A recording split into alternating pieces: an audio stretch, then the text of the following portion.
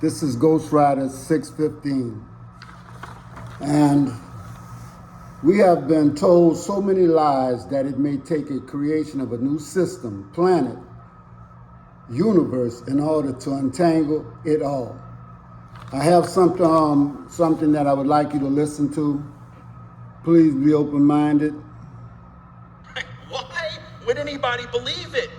But if a president or a presidential candidate says it, right, and you're hurting and you are out of work, it's easier to blame that scapegoat than it is to figure out that the global economy isn't made for you, isn't made for working people, whether they're black, white, or otherwise, right? It wasn't Mexicans that jacked up Wall Street. It wasn't black folks that destroyed the banking industry. That was just rich, high SAT having white boys. That's who did that, right? It was white men with college degrees and business degrees and high test scores. They're the ones that stole or lost $12.5 trillion of other people's money. And they did all that in 18 months, destroyed the economy. There wasn't a Mexican person in the room, documented or not, right? There wasn't a black person within 50 yards of any of them, right? There were no Asian Americans, no indigenous people, very few, if any, Muslims in the room. It was just white, probably, just dudes that just real smart, and so smart that they lost all that money or stole it or squandered it. And I know people get very uptight when I mention that they were white. Sometimes people are like, why do you have to point out that they were white? That's sort of racist. No, it's descriptive. Right? And if they had all been black and brown, somebody would have pointed that shit out. Like if it was all black people and all Mexicans, I'm really confident that somebody would have said, no more banking jobs for blacks and Mexicans, right? If black folks had lost all that money, $12.5 trillion, I guarantee you no bank would have hired a black person for any bank job, not even like a teller job ever again. That would have been it. But white guys destroy the economy. Okay. It's easy to blame the people at the bottom instead of at the top. And it's easy to blame the scapegoat instead of the smart people who wreck the economy. Blaming people of color for steady jobs. Let me ask you a question. If you have two groups of people, it doesn't matter if they're black or European. If you have to pay one group and you have another group that you could work for free, who's going to get the job? And who do you hold responsible? That has been the trick the whole time. When the colonies began, the vast majority of indentured people, and I'm talking about here in America, were African and Europeans who worked side by side. When the wealthy saw the ratio of poor Europeans and Africans to wealthy, they knew that they needed to figure out a way to preserve their way of life. Because if they did not, and the poor banded together, with the odds being maybe 10 to 1, and them already knowing about things that had rebellions that happened in Virginia and other colonies, they knew that they were going to be in big trouble. And they were too small in number to protect their property by themselves. So what did they do? In the 1600s, they invented the term white. Also, at that time, black slave became a permanent chattel slavery institution. Before then, people were called by their country of origin, French, Italian, Brits, Africans. In order to protect their property, though, rich landowners continued their way of life by the creation of whiteness and the division of the poor, landless Europeans and blacks.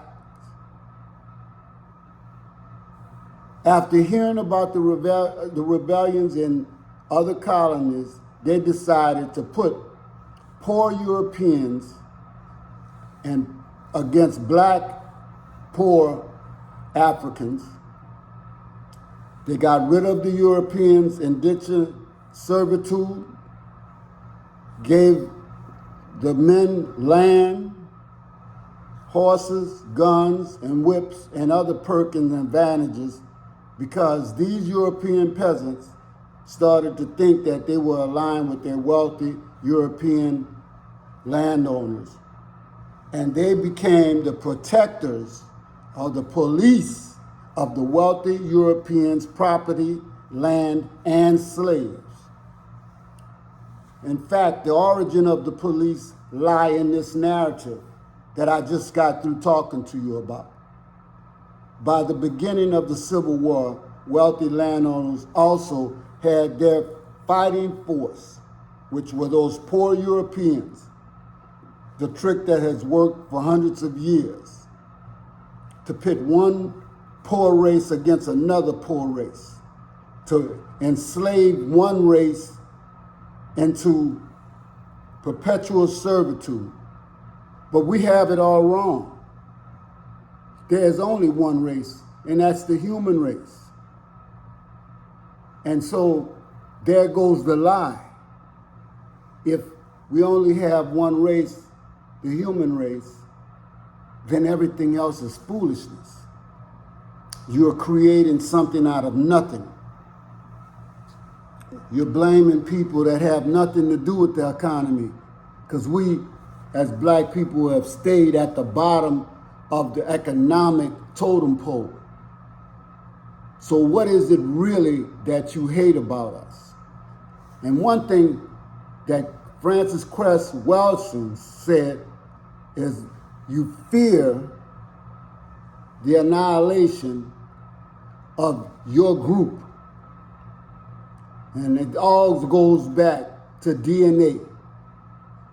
You have recessive DNA, we have dominant DNA. That means anytime you cross with one of us, you become one of us. But you have always been one of us.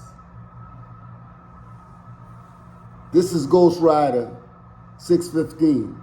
You may not like what I have to say, but look it up, okay? Another thing is, this content takes a while to put together, and sometimes some of you, it may be something that you like or dislike. But I'm hoping that you would tell me either way, and that you share and maybe you subscribe. There needs to be an equal forum platform that all voices can be heard. I know right now we need people in our society to step up to be leaders and to be the right and correct leaders for a group of people that has been non-represented. And I'm not just talking about black people, I'm talking about all people. Because our politicians have not been serving us well, and they seem to get rich when they're in office. And we seem to let them do it. So once again, this is Ghost Rider 615 out.